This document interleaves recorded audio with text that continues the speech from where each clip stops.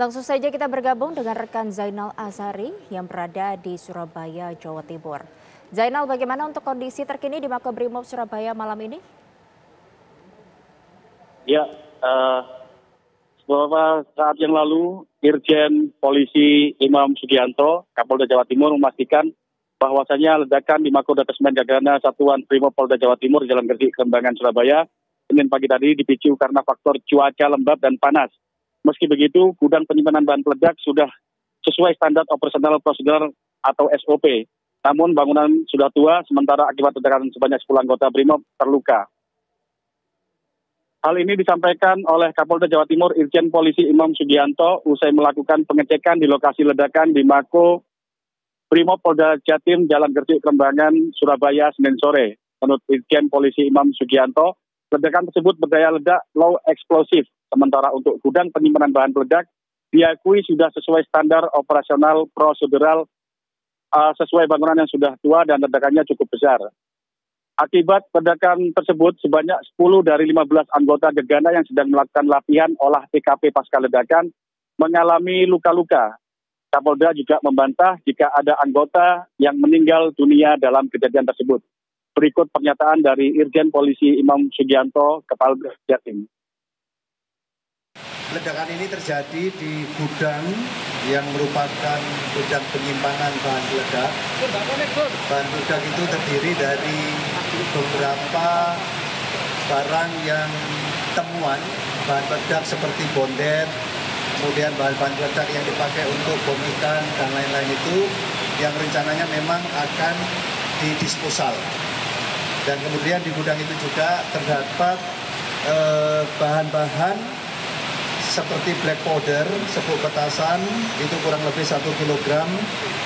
Kemudian bahan-bahan itu digunakan oleh tim Jibom manakala kewilayahan itu menemukan atau menyita bahan-bahan peledak atau temuan yang dikumpulkan dari masyarakat atau temuan barang-barang lama yang tidak digunakan itu diserahkan kepada tim jihandak kita, kemudian waktu yang ditentukan, kemudian dimusnahkan dengan menggunakan yang tadi, bahan powder, kemudian black powder tadi, dan beberapa bahan peledak yang lain seperti belerang, mohon maaf, serbuk arang, dan potasium klorat. Nah, kemungkinan karena paparan sinar matahari yang cukup panas sehingga bahan tersebut analisa sementara bisa membuat efek ledakan. Pemicunya panas. Tapi nanti akan dijelaskan, saya ingin didampingi oleh Dasar Brimob dan Kadit Lapor yang tadi timnya bekerja. Dampak dari ledakan ini itu ada korban anggota kita 10 luka ringan. Kenapa anggota kita kena menjadi korban? Karena dari gudang yang untuk menyimpan bahan peledak itu ke tempat latihan. Kebetulan anak buah kita ini tadi ada 15 yang sedang latihan. Latihan olah TKP pasca ledakan. Itu ada di kontainer, itu data center yang memang biasa dipakai latihan setiap hari. Dan itu berjarak kurang lebih 10 meter dari gudang ledakan itu. Kita lihat ke TKP tadi, kaca-kacanya pecah, mungkin efek kaca itu kemudian semburat ke dalam, kemudian mengenai anggota kita yang sedang di dalam ruangan latihan itu. Yang 5 alhamdulillah tidak ada masalah, 10 itu kena luka-luka lemparan karena efek ledakan dari kaca yang hancur. Alhamdulillah sampai sekarang sudah ditangani oleh Rumah Sakit Bayangkara dan tidak ada yang serius lukanya. Kita inapkan untuk observasi 1 malam ini, termasuk mengobati luka-luka ringannya. Kemudian besok sudah bisa kita kembalikan. Kemudian kerugian lain, mohon maaf rekan-rekan media, suatu hal yang kategori ledakan ini adalah kategori low eksplosif.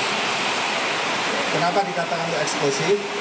Banyak saksi mata melihat setelah terjadinya ledakan ini ada efek asap putih membubung ke atas. Itu salah satu tanda atau ciri daripada ledakan low eksplosif. Nanti akan dijelaskan oleh Pak Kabit Lapor.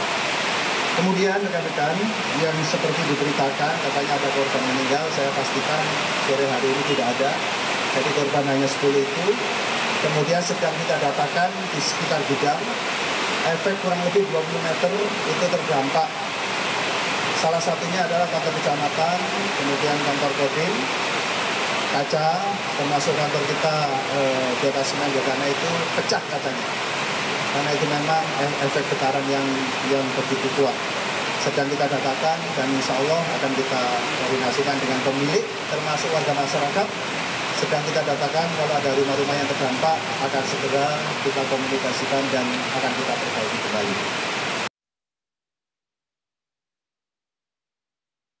Tak hanya mengakibatkan anggota terluka, ledakan tersebut juga menyebabkan bangunan yang berjarak 20 meter terdampak seperti kantor Kecamatan Krembangan, kantor Kodim 830 Surabaya Utara, serta bangunan masjid dan kantor di area Gegana juga rusak parah.